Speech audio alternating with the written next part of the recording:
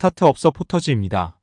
오늘은 제가 항상 중요하게 강조드렸던 갚지 않아도 되는 정부의 창업 지원 자금을 올해 신청하신 분들과 못하신 분들에게 모두 도움이 되는 정보 두 가지를 말씀드리기 위해 영상을 만들어 보았습니다. 하나는 마감이 임박한 정부 지원 사업 정보이고요. 다른 하나는 기간에 상관없이 언제나 사용할 수 있고 창업을 준비하시는 분이나 이미 창업한 분에게도 유용한 위시캣이라는 플랫폼을 소개해 드리려고 합니다. 먼저 마감이 임박한 사업자금 정보부터 빠르게 알아보겠습니다. 올해 정부 창업 지원 자금을 뒤늦게 알게 되어서 놓치신 분들이 꽤 많다는 것 알고 있습니다. 하지만 아직 마감이 안 된 숨은 정보가 있습니다. 이건 K-스타트업 사이트에도 나와 있지 않아서 제 채널을 구독하신 분들 정도는 이미 아셨을 텐데요. 제가 얼마 전 유튜브 채널에 있는 커뮤니티에 급하게 글을 올리기도 했었습니다. 바로 소상공인진흥공단에서 지원하는 신사업 창업사관학교 예비창업자 지원 사업입니다. 커뮤니티에 글로 올렸더니 잘 노출이 안 되는 것 같아서 이렇게 영상으로 간단히 다시 만들었습니다. 공고문 간략하게 정리했습니다. 그럼 같이 보시죠. 정부 지원 사업 정식 이름은 2024년 신사업 창업사관학교 예비창업자 모집 공고이고요. 사업 개요에서 중요한 것은 소상공인이 아니라 예비창업자입니다. 소상공인은 매출 1,000억 원 미만 상시근로자 5인 이하를 말하는데요. 중소기업보다 작은 개념이지만 사실 초기에는 큰 의미가 없습니다. 스타트업이라고도 하고 소상공인이라고도 하고 중소기업이라고도 하니까요. 별로 중요한 내용은 아닙니다. 다음은 지원 규모입니다. 즉 몇 명한테 얼마를 주냐는 내용입니다. 지역마다 20명에서 60명 수준으로 지원이 되니 표를 참고하시기 바랍니다. 본인 거주 지역이 아닌 어디서 사업활동을 주로 할 것인지를 기준으로 선택하시면 되겠습니다. 사업화 자금은 최대 4천만 원이고 평균 1,800만 원입니다. 예비 창업자만 신청할 수 있습니다. 다음은 신청 자격 및 요건입니다.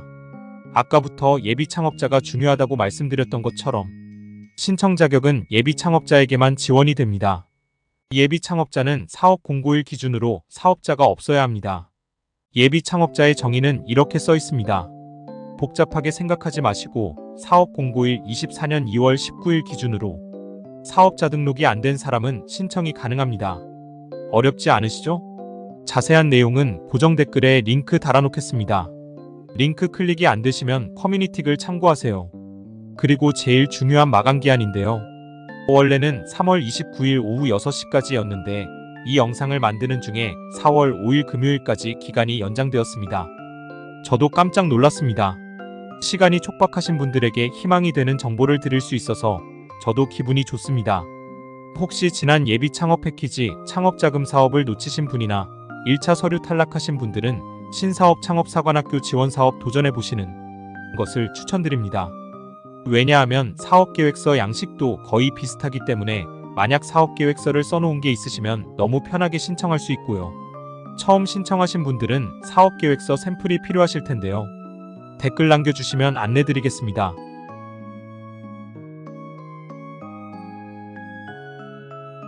자, 지금부터가 오늘의 핵심인데요.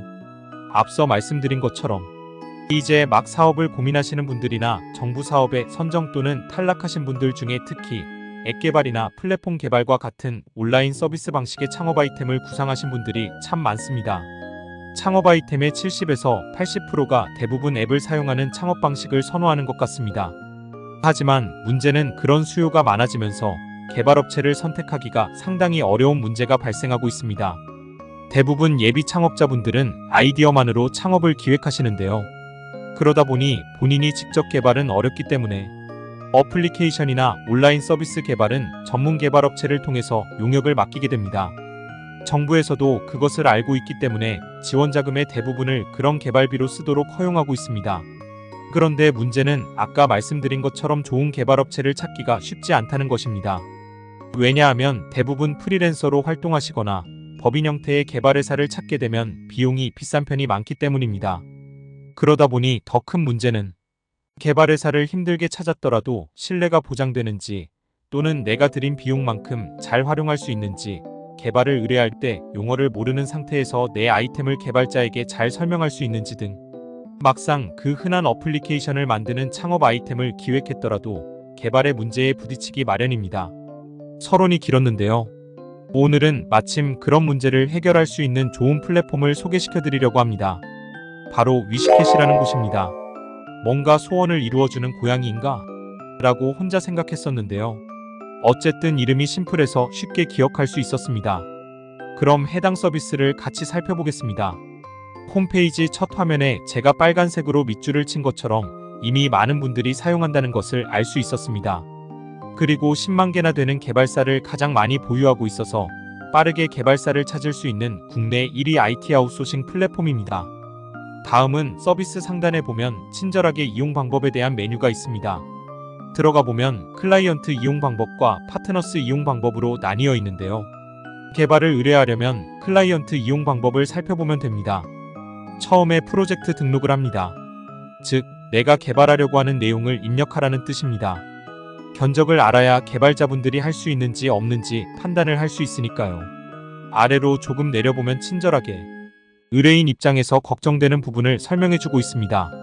사실 개발자를 찾는 분들이거나 창업을 한 번이라도 생각하셨던 분이라면 이 세 가지 사항이 너무너무 중요하다는 것은 다 아실 겁니다. 다음은 자주 묻는 질문인데요. 이 정보는 우리 구독자님들에게 정말 필요한 정보겠다고 생각해서 빨간 펜으로 표시했습니다. 위시캣 같은 서비스가 있다는 것도 중요하지만 이렇게 정부 지원 사업 자금으로 진행이 되는지가 중요하기 때문이죠. 그리고 이번 기회에 정부 지원 자금을 못 받으신 분들은 미리 좋은 개발자를 알아두고 충분히 개발자 비교와 검증을 할 수 있는 기회가 될 것입니다. 다음으로는 프로젝트 내용을 입력하면 어떤 절차를 거치는지에 대해 알려주는 내용입니다. 기본적으로 개발하고자 하는 내용을 아는 범위에서 대충 작성을 해도 상담사분이 연락을 주셔서 찰떡같이 맞춤형으로 개발 내용을 정리해 주신다고 합니다. 저는 이 점이 참 좋은 기능인 것 같았습니다. 예를 들어서 하나 보여드리면 프로젝트 찾기에서 아무거나 하나 들어가 보겠습니다. 처음 개발을 의뢰하는 입장에서 개발 제목이나 비용, 기간 등 이런 내용을 정하기가 쉽지 않은 과정입니다. 하지만 위시캣에서는 전문 상담사분이 일반인의 입장에서 내용을 듣고 전문 용어로 바꿔주는 역할을 해준다는 것입니다. 특히 업무 내용을 보면 개발에 필요한 전문 용어들이 한가득 있는 것을 볼 수 있습니다. 이런 부분이 바로 위시캣의 장점이라고 생각합니다. 왜냐하면 앱을 하나 만들더라도 개발에 사용되는 언어가 다르기 때문입니다. 만약 내가 위시캣이 없이 좋은 개발자를 별도로 찾았다 하더라도 개발자와 직접 커뮤니케이션을 해야 하기 때문에 의뢰하기가 훨씬 어렵고 시간이 오래 걸릴 것입니다. 왜 이런 서비스가 진작 없었을까라는 생각이 들 정도로 이쪽 IT 개발 시장의 불편함을 잘 파악한 기능이라고 생각했습니다. 그리고 서비스에 대해 자주 묻는 질문이 형식적이지 않고 참 유용한 정보인데요. 견적 상담만 받고 싶은 경우에 대한 아이디어 보호와 소비자 입장에서 배려심이 느껴지는 Q&A였습니다. 다음은 지원자 모집 부분인데요. 즉, 내가 프로젝트 의뢰를 하고 등록이 됐다고 가정했을 때 과연 몇 명의 개발업체가 손들고 지원할지를 예상으로 알려주는 내용입니다. 24시간 이내에 평균적으로 5명 이상의 개발업체들이 지원을 한다고 나와 있습니다. 나에게 맞는 개발업체를 선택하면 위시캣에서는 온오프라인으로 미팅이 원만히 진행될 수 있게 쾌적한 회의 장소도 제공하고 있는 것을 확인했습니다. 그리고 저도 궁금해서 확인했던 것은 프로젝트를 꼭 등록해야 개발업체를 찾을 수 있는지에 대한 부분이었습니다. 메인 메뉴에도 나와 있듯이 프로젝트를 등록하지 않고 개발업체들을 확인해 볼 수 있다는 것입니다. 그럼 실제로 프로젝트 등록하는 과정을 해보겠습니다. 먼저 회원가입을 하시고요. 외주와 기간제 중 단발성 개발이면 외주를 선택하시고요. 함께 일할 상주 인력을 필요하시면 기간제를 선택하시면 됩니다. 다음은 화면에서 보이는 기본 정보를 선택하시면 됩니다. 저는 프로젝트 카테고리에서 개발을 선택했습니다. 그리고 분야는 웹과 어플리케이션 두 가지를 모두 골랐습니다. 그런데 여기서 내가 내용을 입력할 시간이 없다거나 귀찮다는 생각이 들면 아래 보이는 여기까지 작성 후 상담받기라는 버튼을 누르면 됩니다. 엄청 사용자 편의를 생각한 플랫폼이라는 것을 느낄 수 있습니다. 만약 기본 정보를 입력했고 다음으로 넘어가면 두 번째는 나의 준비 상태를 입력합니다. 다음은 프로젝트 제목과 상세 업무 내용을 입력하는 곳입니다. 앞서 말씀드렸듯이 상세한 내용을 입력하기 어려우면 아래 상담받기를 누르셔도 되고 아니면 대략 작성해 놓으면 친절하게 연락이 오게 됩니다. 다음 단계는 예산에 대한 부분인데 입력하기 애매하면 제가 빨간색 밑줄 표시한 상담 후 예산 적용 버튼 클릭하시면 됩니다. 스타트업 서포터즈입니다. 지금까지 위시캣 이용 방법에 대해 같이 알아보았습니다. 어떠신가요? 저는 그동안 개발업체를 찾는 것도 힘들지만 믿을 수 있는 업체인지, 내가 의사전달을 잘할 수 있는지 개발에 있어서 참 어렵고 답답한 부분이 있었는데요. 위시캣이라는 플랫폼을 이용하면 이런 부분들이 많이 해소될 것이라 기대가 됩니다. 하지만 어디까지나 중개 플랫폼이다 보니 가장 중요한 것은 의뢰인이 꼼꼼히 살펴보고 확인하는 자세도 필요할 것 같습니다. 오늘은 소정의 광고료를 받고 영상을 제작하게 되었지만 실제로 스타트업 여러분에게 필요한 정보라고 생각해서 제작하게 되었습니다. 고정 댓글에 위시캣 링크 남겨놓겠습니다. 감사합니다.